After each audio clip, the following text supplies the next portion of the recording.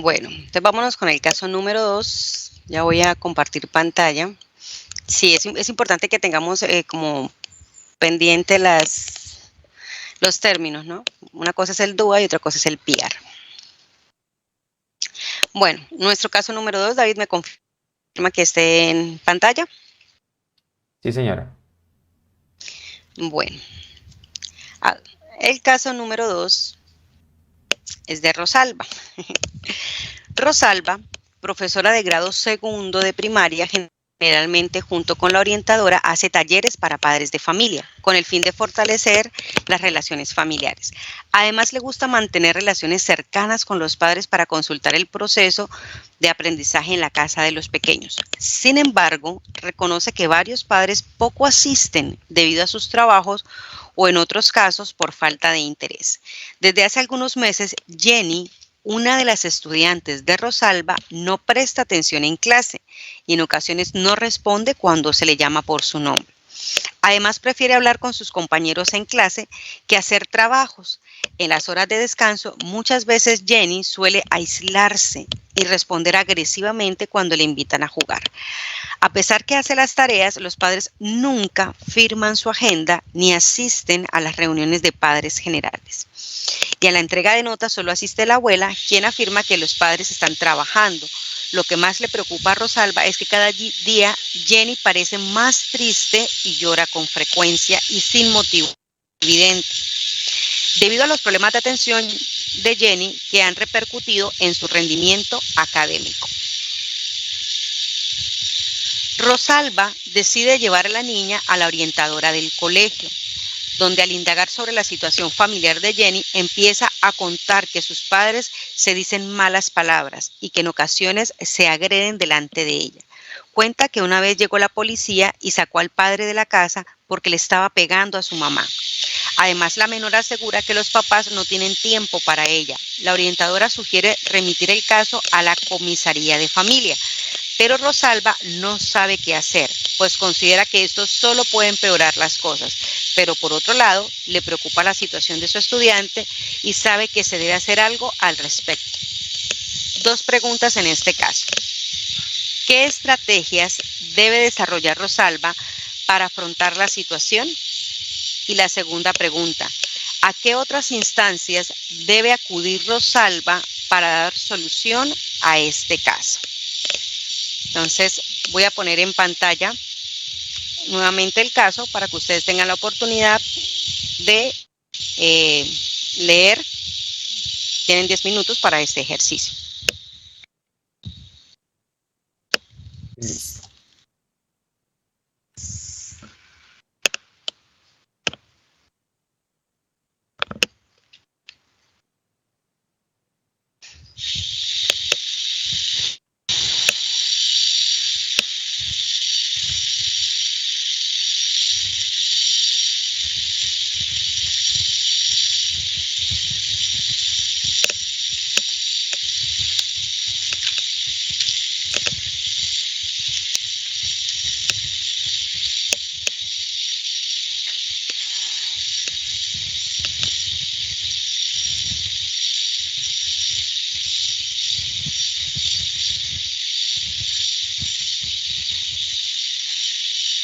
Ivonne, deja un momentico la pantalla para que Ay, los ya. profes de pronto le puedan tomar ahí Ok, listo. el ¿Ya? screenshot.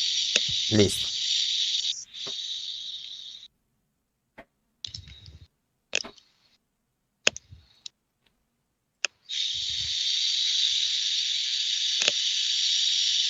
Y que si puede cerrar un momentico el micrófono, Ivonne, para... Ya voy. Qué pena ponerla en tanta. Listo, gracias.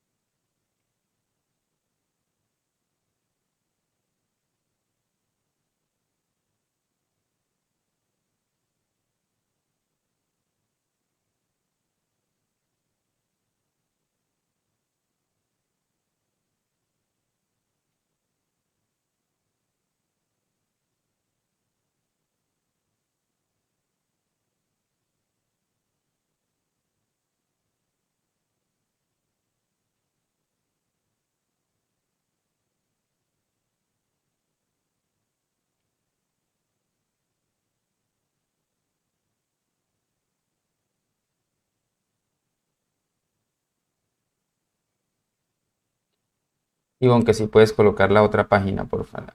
Que sí. Buenas preguntas. Gracias.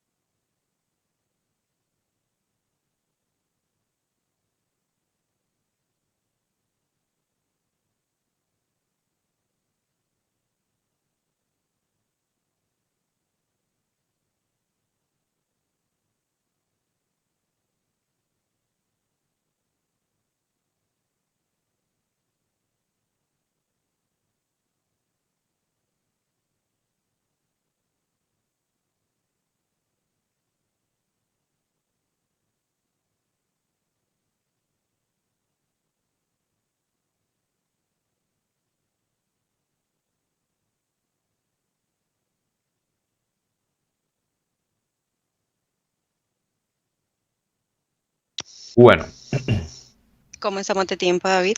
listo. Se acaba de terminar precisamente en este momento el tiempo. Entonces, si quieres, deja de compartir ahí un momentico, Ivonne, y vamos a empezar a leer los profes. Ya. Bueno, este es un caso muy diferente al anterior. Partamos de ahí.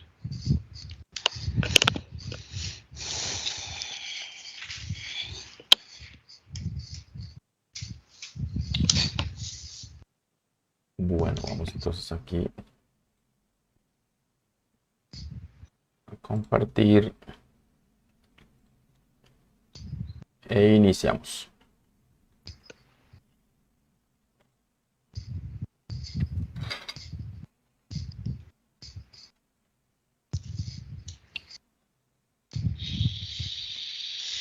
Nos dice acá la profe Dori que conociendo todo el antecedente y la historia de Jenny debe hacer las anotaciones correspondientes en un informe observador para luego presentarlo al comité de convivencia escolar. Entonces aquí ya tenemos como identificado una de las acciones, ¿cierto? Es reportar el caso, registrar el caso y llevarlo al comité de convivencia escolar. La profe Dori nuevamente nos dice que es una situación tipo 2, ya que se ve afectada la emoción y emocional y mentalmente la menor, y eso está afectando su rendimiento.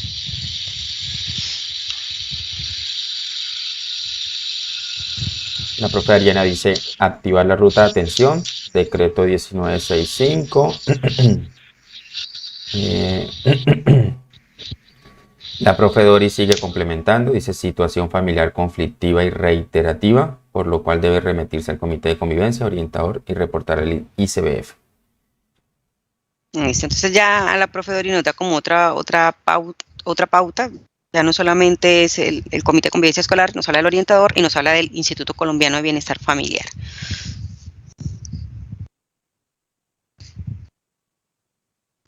Es muy importante eso que acaba de decir profe Dori. Si no se reporta el caso teniendo conocimiento de la situación, se incurre en una falta.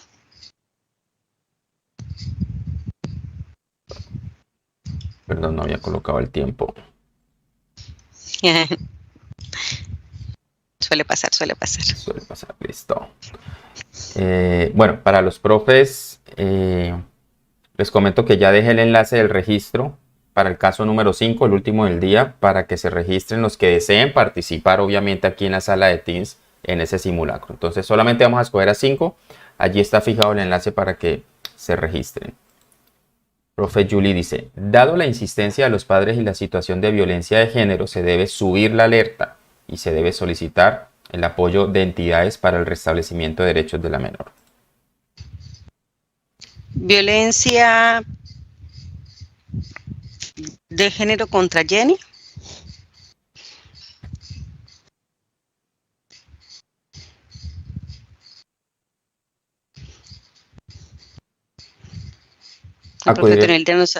Sí, David nos habla que acudir a la comisaría de familia como primera medida. Prima la vida de las personas. Acompañamiento cercano y constante con la estudiante, asignar liderazgo, esto ayuda a la motivación. La profe Ariana dice activar la ruta de atención. En el caso anterior, me imagino que es porque Jenny viene teniendo bajo rendimiento académico, entonces lo que hace es asignarle un liderazgo para que se sienta motivada. ¿Sí? Eso es lo que estoy percibiendo. Ok. La profe Ariana dice activar la ruta de atención al caso, decreto 1965, remitir en el caso de la institución educativa a la Casa de Justicia y Paz y Bienestar Familiar. Y acá tenemos otra entidad identificada, las casas de justicia. Sí, ya nos han hablado de bienestar familiar, de casas de justicia, de comité de convivencia escolar. Karen Margarita dice, Rosalba solo debe reportar a psicoorientador y seguir con estrategias de promoción y prevención a través de la otra escuela de padres. Podría hacer reuniones reflexivas con padres de familia. Bueno, la profe Rosalba nos habla de estrategias de promoción y prevención y nos está diciendo algo muy importante. Dice Rosalba, solo debe reportar el caso al psicoorientador. Vamos a tener esto aquí muy pendiente. Presente, exacto. La profe Astrid dice, el segundo paso que haría sería comité académico, rector, para remitir al ICBF y comisaría de familia. Listo. Comité académico. La profe Julie dice bienestar familiar debe intervenir, proveer apoyo psicoemocional a la mamá de la niña y a la niña. Gracias, profe Julie. Entonces volvemos otra vez con bienestar. Profe Paula dice acompañamiento y diálogo constante con la niña, darle más tiempo en cuanto a los procesos académicos, ofrecerle charlas y actividades de apoyo para fortalecer su autoestima y autonomía.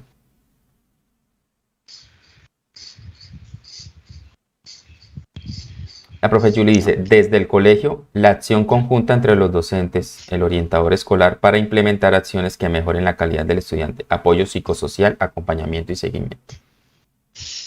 Importante ese último, seguimiento. La profe Karen dice, a la comisaría de familia solo debe hacer el reporte el psicoorientador o el coordinador en caso de no haber psicoorientador. Ese paso ya no le compete a Rosalba. Bueno, la profe Karen nos insiste, nos deja otro comentario respecto a que Rosalba solo hace el reporte al psicoorientador y que el psicoorientador y las demás personas encargadas hacen el debido proceso. Sí, es lo que estoy entendiendo. Aquí hay un caso o una opinión de la profe Vivi. Dice, Rosalba debe apoyarse en la abuela para conocer en qué horario los padres podrían ir a reunión o para comunicarse vía telefónica. Con la abuela puede averiguar qué sucede en el contexto familiar de la niña. Uy, profe Vivi, qué buen dato porque nos está rescatando un personaje del caso y es la abuela. ¿Sí? Fíjense que familiar no todo anda mal. Aquí tenemos a alguien interesado por la niña y es la abuela. Siguen diciendo que reportar el caso a Comisaría de Familia, ICBF, Policía de Infancia y Adolescencia. Profe Carlos dice, una vez remitido el caso a la dirección para activar la ruta 2 por vulneración de derechos en casa, la docente debe hacer seguimiento y realizar estrategias que favorezcan aspectos emocionales. Listo. Volvemos otra vez entonces a remitir el caso y hacer seguimiento. Y el profe Carlos nos habla también, son 3 componentes, remitir el caso, hacer seguimiento y de estrategias emocionales. Con respecto a aquí este comentario que ¿Cuál? el profe Libardo le está diciendo a una profe que había comentado que era violencia de género, no es violencia de género, es violencia intrafamiliar. Entonces, eso se puede presentar en la entrevista, que un compañero no esté de acuerdo con usted y diga un comentario que prácticamente niegue lo que usted está diciendo. ¿Qué podríamos hacer en ese caso, profe Igbo? Profe, me recuerda quién, el profe Libardo. Profe Libardo, usted acaba de hacer una distinción entre 2 clases de violencia y cuando ustedes dan un punto de vista diferente al que otra persona lo está argumentando, lo ideal sería que ustedes dijeran el por qué. ¿Sí? Entonces, tú le estás respondiendo, no es violencia de género, es violencia intrafamiliar, porque, y lo que haces es agregarle la justificación que sustenta tu idea, porque así es como dejar la idea al aire, la idea muy suelta. Entonces, pero lo vamos a tener muy pendiente, profe Libardo, porque acaba de dar en un punto muy específico. Sí, yo solamente hice el ejemplo para que de una vez pudiéramos ahí, inclusive, y de hecho se podría utilizar la palabra considero. De pronto del no es violencia de género. O presunto violencia de caso de maltrato. Entonces recuerda que hablamos de la presunción siempre. No de asegurar, no de afirmar, sino del cómo suponer. No podemos dar por sentado que está sucediendo porque ya eso le compete a otra entidad. Exacto.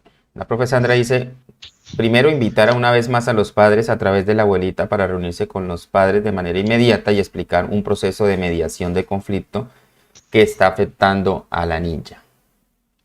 Bueno, entonces la profe Sandra nos habla de otra vez insistir en los padres, insistir en los padres. La profe Lisset dice talleres de autoestima. Recordemos, profes, que cuando hablemos de estrategias debemos explicar qué tipo de estrategias vamos a realizar, ¿sí? Por ejemplo, un taller de autoestima, ¿cómo lo haríamos? Y eso está relacionado con la primera pregunta, David. Mire que la primera pregunta hablaba de qué estrategias, y volvemos otra vez como a la otra, qué estrategias debe desarrollar Rosalba para afrontar la situación. Si usted fuera Rosalba, siempre ubíquense, pónganse en los zapatos, desarrollen la empatía, pónganse en los zapatos. Ustedes, Rosalba, en estos momentos, ¿qué estrategias utilizaría para afrontar esa? Entonces la profe Lisset nos acaba de decir que talleres de emociones, pero ¿qué es un taller emocional? Porque puede hacer que el taller se le se nos desborde, ¿sí? Entonces hay que, porque puede hacer que no solamente sea Jenny la que esté pasando por esa situación, sino entonces empezar como a mediar cómo podríamos desarrollar este taller. Si lo haríamos nosotros, si buscaríamos ayuda en alguien que podía, en alguna persona de apoyo que nos pueda ayudar en este ejercicio, en este taller.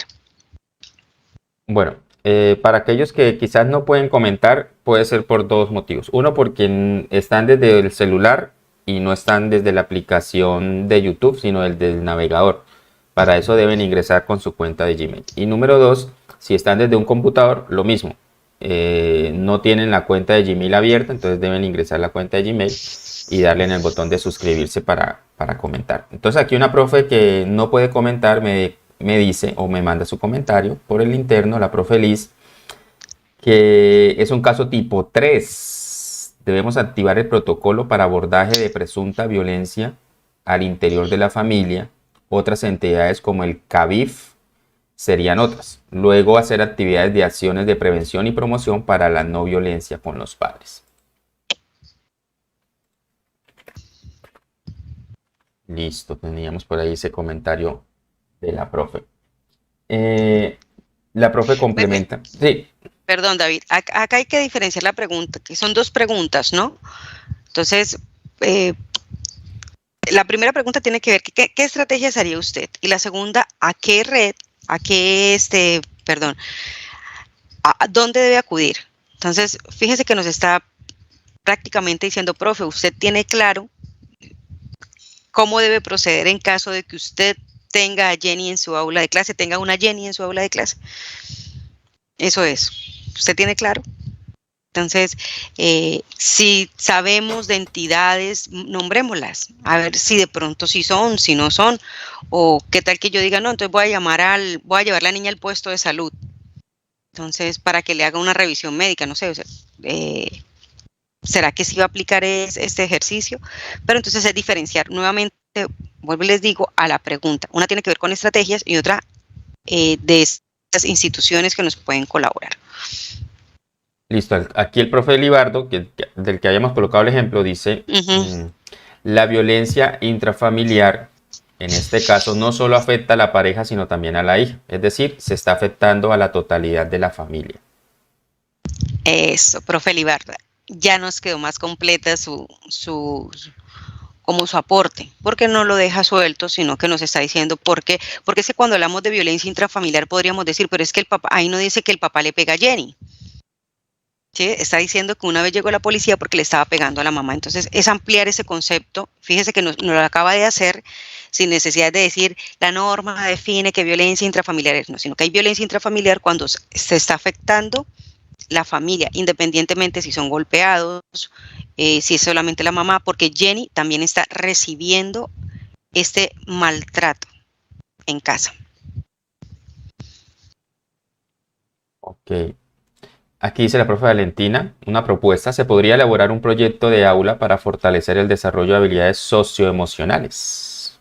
Bueno, aquí ya nos vamos con estrategias y qué bonito, profe, que piensen en proyectos y que piensen en las habilidades socioemocionales, porque eso quiere decir que no solamente vamos a mirar el caso de a quién debo remitirlo, sino qué posibilidades hay en mis manos para yo poder abordarlo.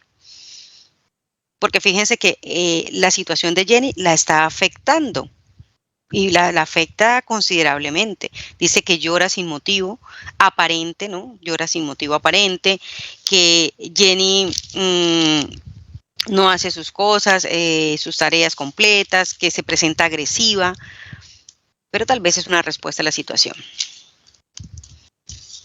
Y ahí siguen colocando comentarios, gestionar una red de apoyo, comisaría de familia, debo remitirme a la comisaría de familia para restablección de derechos. El maltrato es psicológico hacia Jenny, dice el profe Juan. Ajá. Otra estrategia dice en el aula desarrollar talleres de expresión y manejo de emociones a través del arte, plastilina, videos, fortalecimiento de autoestima por medio de la promoción del amor propio, murales. Y profe, esa es una estrategia muy específica y está digna de copiar. Talleres de expresión y manejo de emociones a través del arte, ¿no?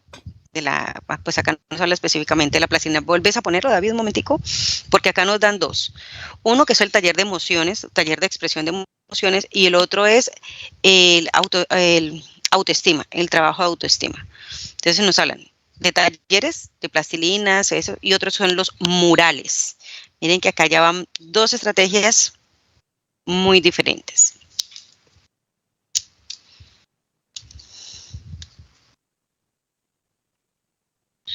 Listo.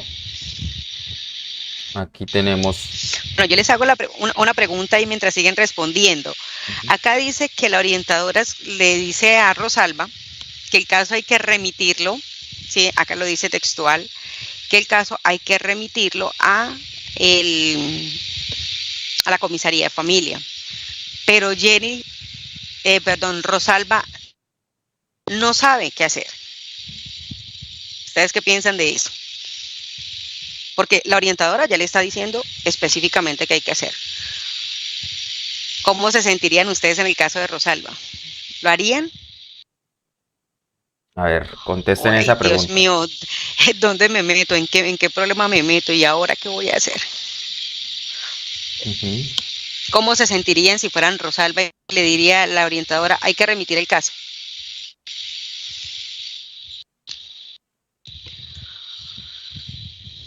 Que la profe tiene miedo, dice la profe Marcela. Ajá, profe Marce. Y es que el profe Juan dice que sí lo haría.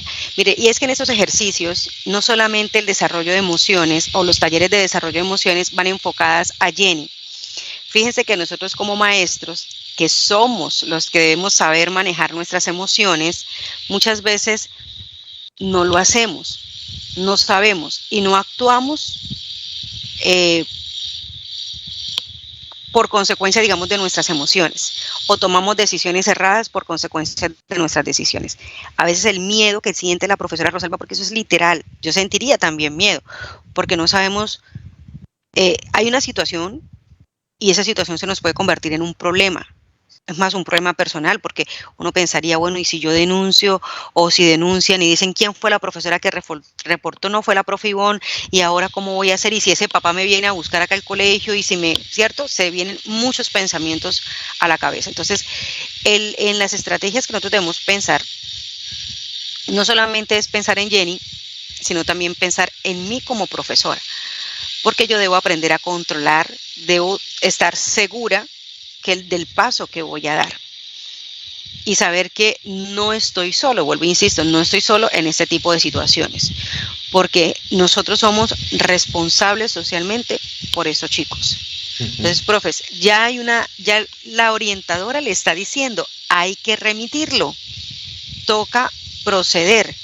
Entonces, que muchas veces por miedo no digan, no, hacemos lo de pelear, no, yo como que aquí me salgo, este cuento no va conmigo. No, sino ya nos están diciendo qué hay que hacer.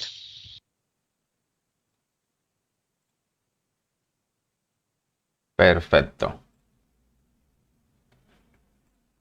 Bueno, sigamos aquí que sus comentarios son muy valiosos en el proceso de la entrevista. Todos los comentarios son valiosos. Tenemos que rescatarlo lo más que podamos de los comentarios de nuestros compañeros, porque posiblemente nos puedan hacer una pregunta, ¿cómo completaría su respuesta al caso con algún aporte de algún compañero? Eso nos lo dice la guía de orientación, que esa puede ser una de las preguntas. Entonces, tenemos que estar muy atentos a lo que dicen los compañeros. Bueno, mientras van comentando también ahí, David, tengo otra pregunta. Bueno, la profe suele hacer un comentario antes de pronto que se nos pase. Sí, profe Zuli, no sé si acabó de entrar, pero al final de los casos ya la profe Ivonne nos da toda la ruta que debemos seguir, ¿listo? En los últimos 20 minuticos, después de estos 7, ya la profe Ivonne nos da como tal los pasos. Sí, yo sé que hay muchos comentarios, uno dice unas cosas, otras cosas, pero esa es la idea, leerlos la mayor cantidad. ¿Sí, Ivonne? Bueno, sí, yo tengo una pregunta específica, como para identificar, porque yo les dije que los casos eran muy diferentes. ¿Qué diferencia encuentran entre el caso de Camilo y el caso de Rosalba? A ver, diferencia entre el caso de Camilo y Rosalba, profes. Porque es que eso nos va a determinar a nosotros la acción o el proseguir. Aquí la profe Patrick dice, en este caso la activa la orientadora. A la profe Rubio nos hace la pregunta, si hay una remisión, ¿quién la hace? La vamos a tener muy pendiente, profe Rubio, ahí para que de pronto nos esté escuchando más adelante de la activación. Rosalba puede hacerlo a través del sistema unificado de manera anónima, como cualquier ciudadano. Cuando un docente pasa el caso de orientación, ya se debe ser consciente de que sigue una ruta y no depende del docente lo que suceda con Jenny. Sí, pero recuerden que el caso nos dice desde el principio que ya es una costumbre de la profe Rosalba, y lo dice, bueno, voy a leerlo textualmente, dice acá, Rosalba, ya, profesora de grado segundo de primaria, generalmente junto con la orientadora escolar hace talleres para padres de familia. Quiere decir que Rosalba es como, diría yo, muy buena compañera de trabajo de la orientadora escolar, y casi siempre todas sus acciones, si ustedes leen la actitud de Rosalba durante el caso, se interesa por los padres, hace reuniones, está de trabajo de la mano con la orientadora escolar, no está aislada, no está sola, o sea, no recurre exclusivamente por la situación de Jenny, sino que ya es como una costumbre, una buena práctica trabajar de la mano con la orientadora escolar. Entonces, sí recurre a ella, recurre a ella para decirle, mira, tengo esta niña, yo me la imagino con esa preocupación, mira, voy a ponerle nombre, mira, Sandrita, tengo esta niña, se llama Jenny, la verdad Jenny presenta esto, pero fíjense que Jenny a Rosalba no le ha contado lo que pasa. Abre, digamos, su corazón o su mente es con la orientadora escolar, no con la profe. Así es. Bueno, aquí dice un profe, el profe Daniel, dice, este no es de inclusión educativa, sino de convivencia. Ah, listo, profe Daniel. Entonces me responde la pregunta que hice. ¿Qué diferencia hay entre el caso de Camilo y el caso de Rosalba? El caso de Camilo es de inclusión educativa y este caso específico sí es de convivencia. ¿Listo? Entonces, el proseguir o la ruta es muy diferente, para que de pronto no vayamos a mezclar las situaciones, porque es que casi siempre escucho, en todos los casos queremos activar una ruta de convivencia escolar. Y este caso pues ya es diferente al caso de Camilo. Gracias, profe, por hacer la aclaración. Según capacitaciones de la Fiscalía, las denuncias se deben realizar como institución educativa con la finalidad que el docente tenga protección. Claro, el docente es el que activa la ruta, pero la institución educativa establece la denuncia. El docente nunca va a estar desvinculado del caso, mis profes, hasta que no finalice el caso. Les voy a colocar el ejemplo personal de mi madre. Hace como 3 años a ella la llamaron a hacer una declaración de una anotación que ella había hecho en el Observador de hace como 15 años. 15 años, y hasta hace como 3 años reventó eso. Entonces a ella la llamaron a declarar en ese caso, un caso de violencia de un niño en su hogar. Entonces, nosotros nunca vamos, así usted esté pensionado ya, esté relajado allá en las Islas Bahamas, allá le va a llegar el correo electrónico. Profe, necesitamos que se presente el día de mañana a tal hora en tal lugar. Entonces, interesante conocer y saber que nosotros no vamos a estar desvinculados del caso hasta que no se cierre. Exactamente, David, esa es la palabra. El caso, mientras esté activo, vamos a estar ahí. Hasta que no se dé por cerrado el caso. Es que ya digamos como que dejamos de ser parte de este ejercicio, pero siempre vamos a estar ahí como pendiente de la situación. Por eso, un profesor ahorita hablaba del seguimiento, y es que aquí es donde nosotros hacemos también seguimiento, y se hace seguimiento al caso por las entidades competentes. Dice Benner que en el caso de Jenny sí conocemos el detonante del comportamiento y de las actitudes del estudiante. Y eso es importante, profes. ¿Por qué? Porque aquí lo que hacemos es caracterizar. ¿Qué es lo que está pasando con Jenny? O sea, la niña no presenta otra cosa y ustedes saben que de las emociones, que mi actitud, digámoslo así, como me siento, va a determinar muchas veces cómo va a ser mi día. Por eso es muy importante la salud emocional, la salud, digamos, mental, nuestros pensamientos. Imagínense a Jenny, y no me voy a decir que les imagine, es que es el caso de muchos de nuestros niños. Aquí porque lo tenemos en un caso hipotético, pero cuando nosotros nos sentamos a hablar con nuestros niños, ¿cuántos niños no sufren violencia intrafamiliar? Y nosotros enseñándole, mi mamá me ama, papá ama a mi mamá, y resulta que papá es el que golpea a la mamá, o puede ser el caso contrario, que la mamá golpea al papá, o que mi mamá y mi papá me golpeen.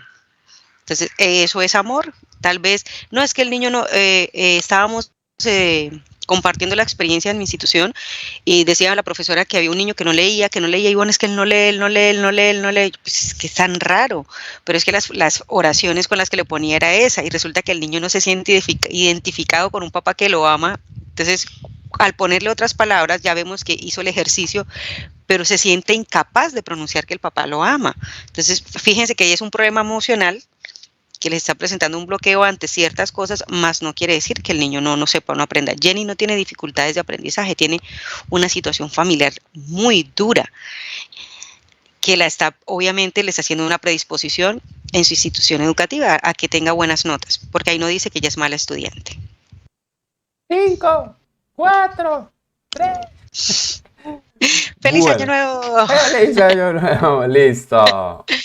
Bueno, profe, bueno, ahora sí entonces, ilústrenos.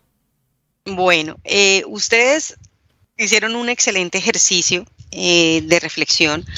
Acá estamos hablando y vamos a identificar personajes. Ya, casi siempre que yo hago la lectura de casos, lo que hago es tratar de identificar la situación, identificar el contexto.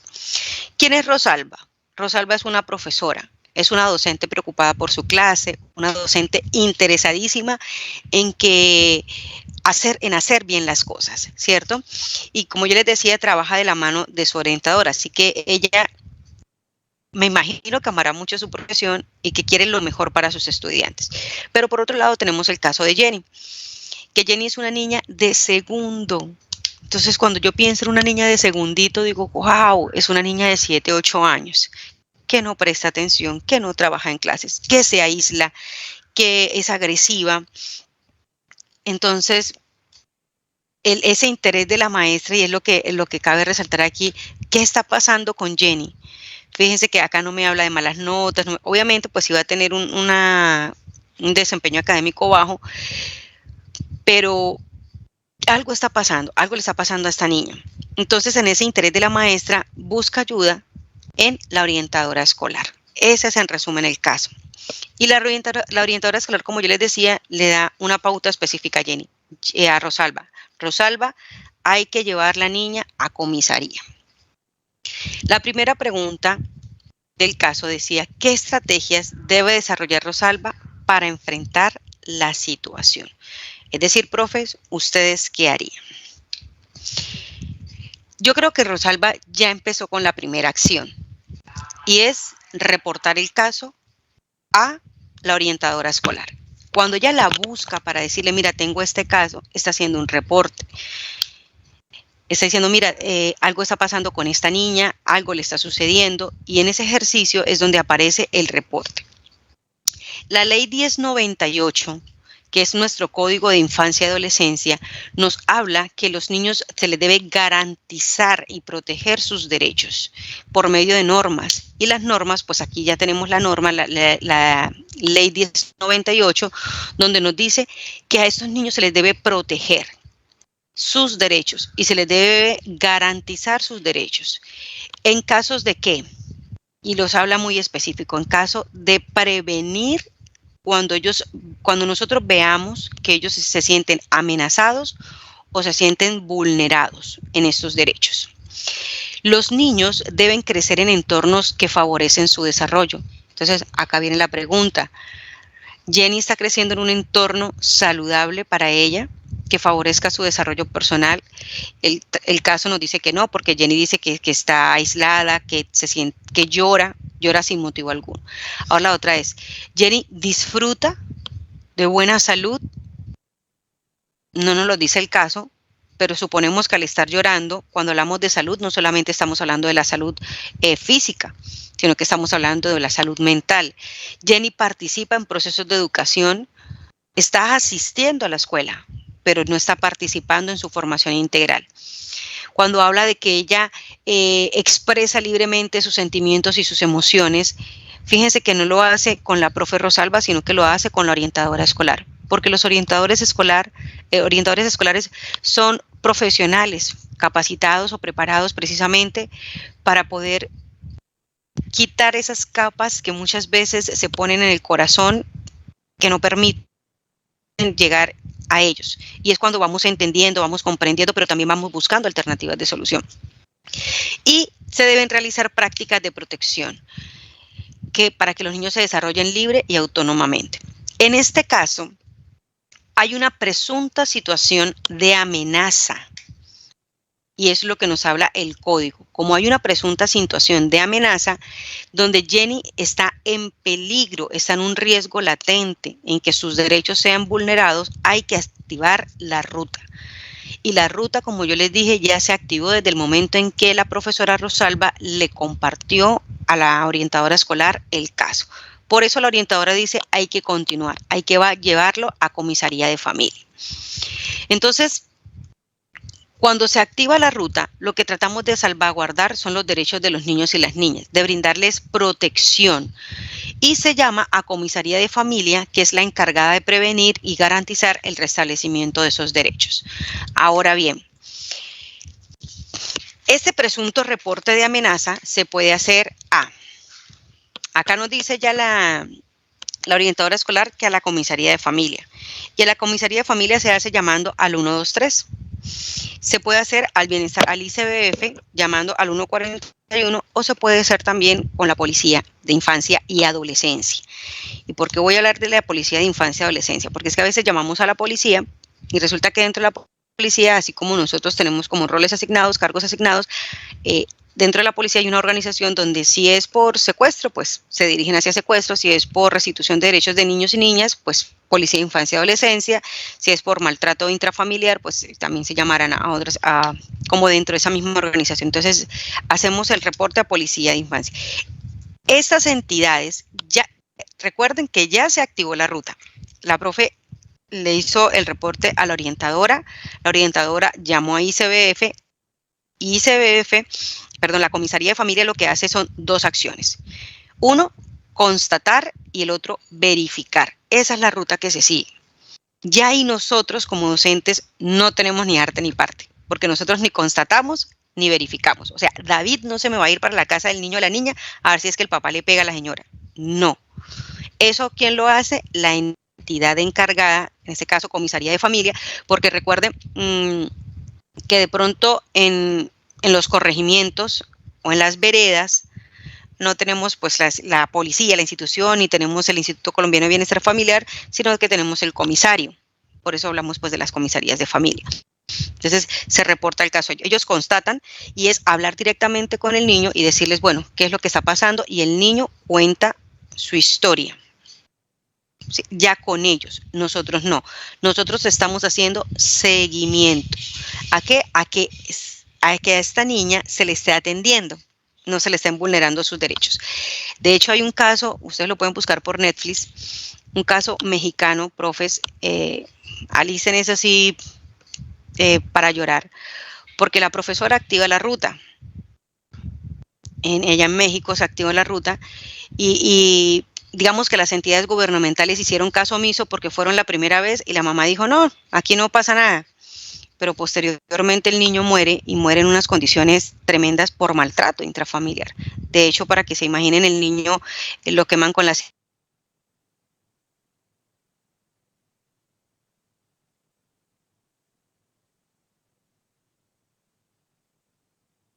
Creo que se cayó el internet de la profe Hanna, la profe Ivonne. Sí.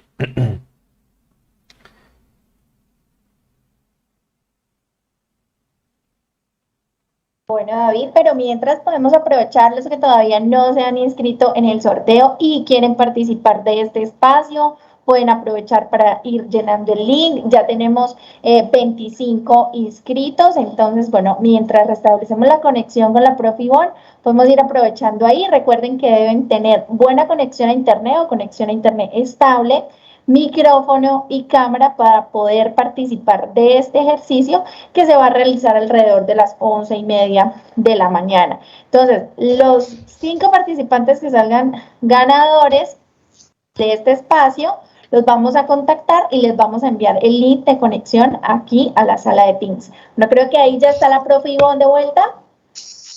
Sí, ya ya. está de vuelta. Se perdió un ratito. Tranquila, profe. Entonces voy a volverles a enviar el enlace del registro para el sorteito del caso número 5, mientras la profe Ivonne continúa. Ok, David. Bueno, entonces quedamos en que ellos constatan, ¿cierto? Verificando con el niño la entidad correspondiente y verifican. En esa verificación ya va el cumplimiento, ya la policía va, hace sus visitas.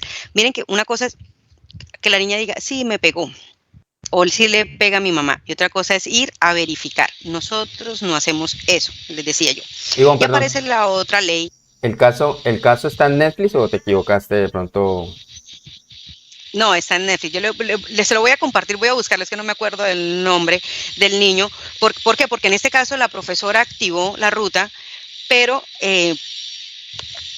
las entidades competentes hicieron caso omiso a lo que seguía hasta que el niño murió. Y de hecho fue un escándalo, porque es un caso mexicano, un caso de un niño mexicano, eh, donde el papá, creo que es el papá el que salió de la cárcel y la mamá consumía drogas, o sea, una mezcla que uno diría, por Dios, un niño en ese ambiente, pero sí, y muchos de nuestros niños también lo pueden estar. Entonces, aquí quien falló fueron las instituciones gubernamentales y de hecho fueron sancionados. Entonces, nosotros nos encargamos con activar la ruta. Y mire lo que el profe David decía, un caso de hace 15 años que hasta ahorita está surgiendo porque a veces están lentos en procesos que se supone que deben seguir.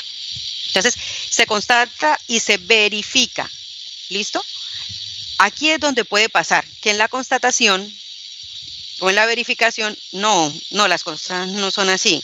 Lo que pasa es que el niño dice que se maltrata, voy a hacer un ejemplo, se maltrata porque se le llama la atención, porque se le castiga, porque como ahorita pues todos los niños le voy a echar al bienestar familiar, ¿sí? A veces. Entonces, puede ser que ya ellos en su investigación digan, no, profe, el caso se da por cerrado.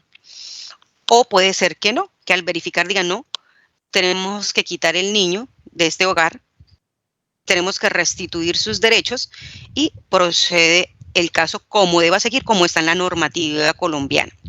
La otra norma, mire que ya le he hablado de la 1098, que es la Ley de Infancia y Adolescencia, la otra norma es la Ley 1620. Esta sí ya nos compete a nosotros como docentes. Cuando digo que nos compete a nosotros como docentes es porque esta ley nos habla de un abordaje pedagógico. Y era lo que las profes te hablaban ahorita.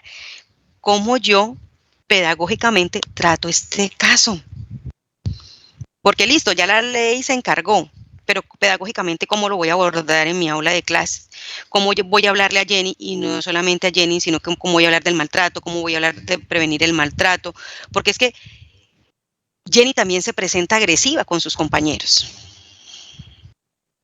Entonces, ¿qué es la agresividad? Y aquí podemos hacer. Los profesores, hay una profesora que nos hablaba del tipo 1, tipo 2 y tipo 3. En este caso, profes, es un caso tipo 2. Y ahora les quiero dar como un detalle. Cuando hay un caso tipo 2 y cuando hay un caso tipo 3, automáticamente se debe hacer el reporte en el SIUSE. ¿Sí? Yo ayer le compartí unos documentos a David y yo espero que ustedes los tengan también ahí como a la mano, porque es que el SIUSE es precisamente donde se reportan todos los casos, a partir del tipo 2 y el tipo 3. ¿Quién reporta el caso en el SIUSE? El rector, porque ahí es donde se da seguimiento. Ahí es donde dice si el caso se cierra, si el caso sigue vigente, si el caso continúa, si el caso es...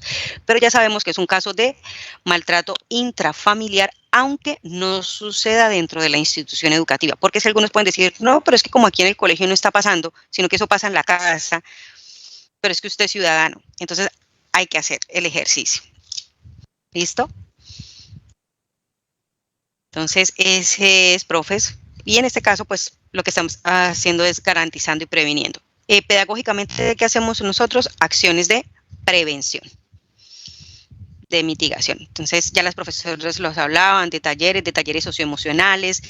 Es muy importante, pues, en este tiempo, yo creo que en todos los tiempos, la salud emocional, el reconocimiento de emociones, de expresión de emociones, porque las emociones no son buenas ni malas. Yo puedo estar enojado, porque pueden ser que hay situaciones que me enojen. Puedo estar triste. El problema es qué manejo le doy yo a esa emoción. ¿Será que cuando yo me enojo tiro las cosas? Entonces, ese sería el correcto manejo de la emoción. O en este caso de Jenny, de estar llorando descontroladamente por una situación, ¿cómo sería? Si hay que llorar, se llora, pero no nos quedamos en el llanto todo el tiempo. No sé, David, si de pronto hay alguna otra pregunta. Bueno, utilicemos estos últimos 6 minuticos para hacer preguntas. Bueno, hay 3 nombres, profe Ivonne, que han dicho allí en el chat. Dice caso Gabriel Fernández. Hay otro que escribió Justicia para el pequeño Gabriel. Otro escribió Memorias de Gabriel. Justicia para el pequeño Gabriel. Justicia Listo. para el pequeño Gabriel. Apuntado de verdad, aquí. Profe, véanselas. Y eso sí, con pañitos al lado. La verdad no fui capaz, es como una miniserie, no fui capaz de verla completa.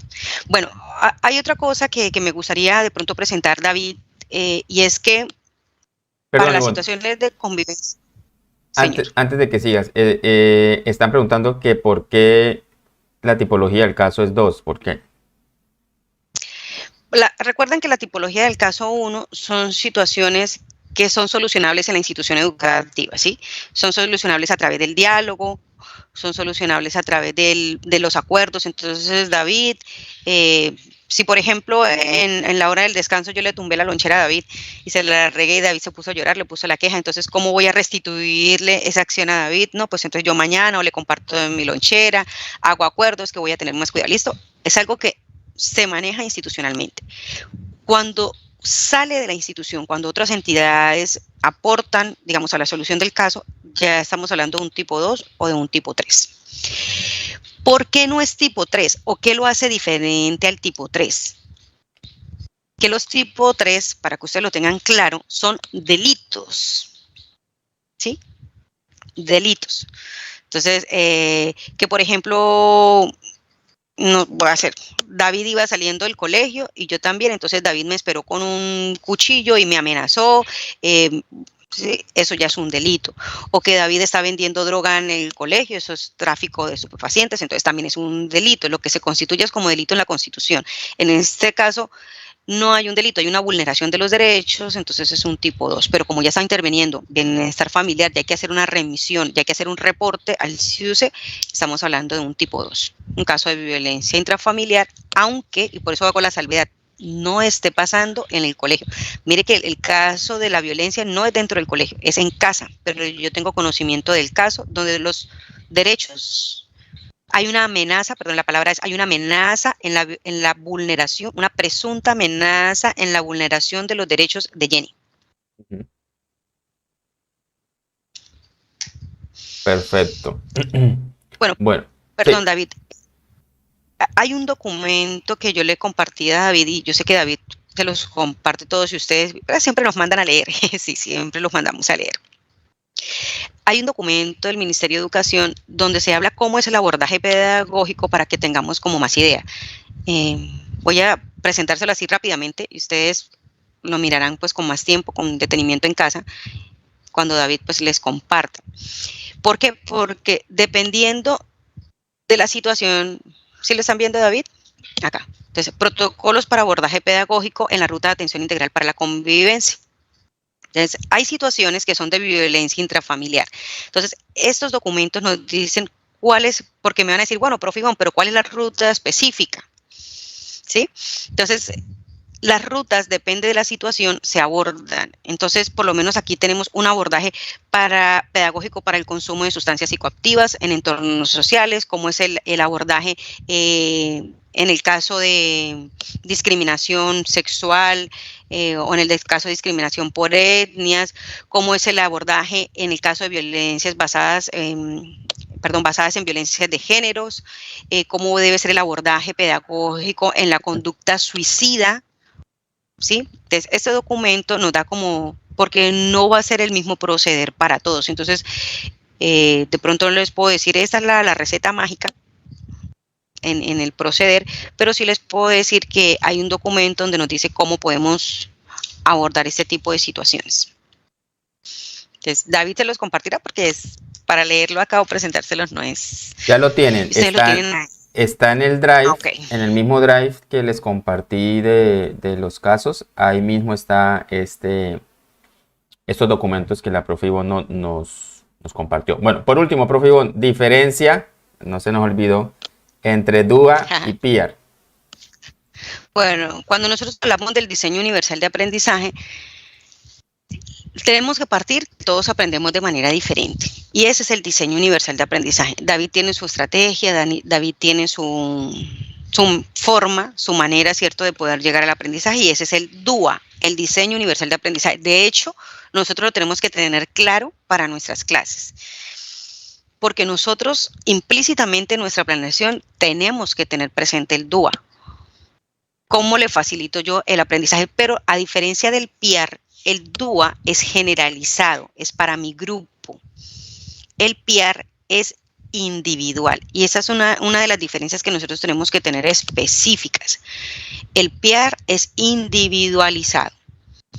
El DUA es que yo voy a condicionar mi estrategia para todos, o sea, que todos los de mi aula, los 36 niños de mi aula aprendan matemáticas. Entonces pienso en estrategias de aprendizaje para todos.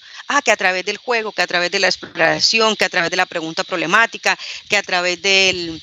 Eso es pensar en todos. Pero cuando yo tengo que hacerle ya un plan, un ajuste a Camilo, porque es que Camilo no va al mismo ritmo, y acuérdense lo que les estoy diciendo, no va al mismo ritmo de sus compañeros porque tiene una dificultad de aprendizaje, que no sabemos cuál es, pero la tiene. Entonces, sí lo trabajo con todos, tengo pendiente el DUA, pero a Camilo le hago un ajuste. Porque es que Camilo no va a lograr, sería un irreal, no va a lograr que los aprendizajes que yo estoy proponiendo para todos se cumplan, sabiendo que ya tiene una dificultad. ¿Listo? Partiendo pues que el caso nos dice que tiene una dificultad. Entonces es como la diferencia. El DUA general, yo pienso en todos, bueno, cómo voy a hacer visual, que kinestésico, en todas mis actividades. Por eso les digo yo, en mi planeación, yo sí tengo pendiente el DUA. No solamente como yo quiero enseñar, sino como ellos necesitan aprender. Que es que el niño de preescolar, perdón, el niño de primero tiene 7 añitos, entonces sus tiempos de atención son 10 minutos, máximo, vamos a hacer un ejemplo, entonces me voy a centrar en su tiempo de atención. ¿Cómo voy a ir ampliando esos tiempos de atención? Para todos. Porque es que a todos les gusta colorear, a todos les gusta jugar, a todos les gusta, si usted les lleva plastilina, ellos son fascinados con la plastilina, eso les gusta a todos los niños. Entonces estoy partiendo un DUA, pero Camilo necesita un plan ajustable a él. Todos necesitan camisa, pero Camilo necesita una talla de camisa específica, más o menos así. Listo. A ver, déjenme revisar aquí porque... compartir. Ok. Cualquier persona con el enlace.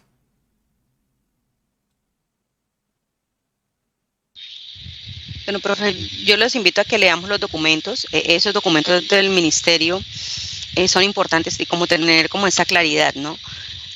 Aquí nos dan muchos abordajes pedagógicos. Obviamente vamos a hablar de los talleres, obviamente vamos a hablar de proyectos, obviamente vamos a hablar de estrategias de sensibilización y en el caso pues de Jenny, el garantizarle su salud emocional y no solamente para Jenny, sino para todo el grupo.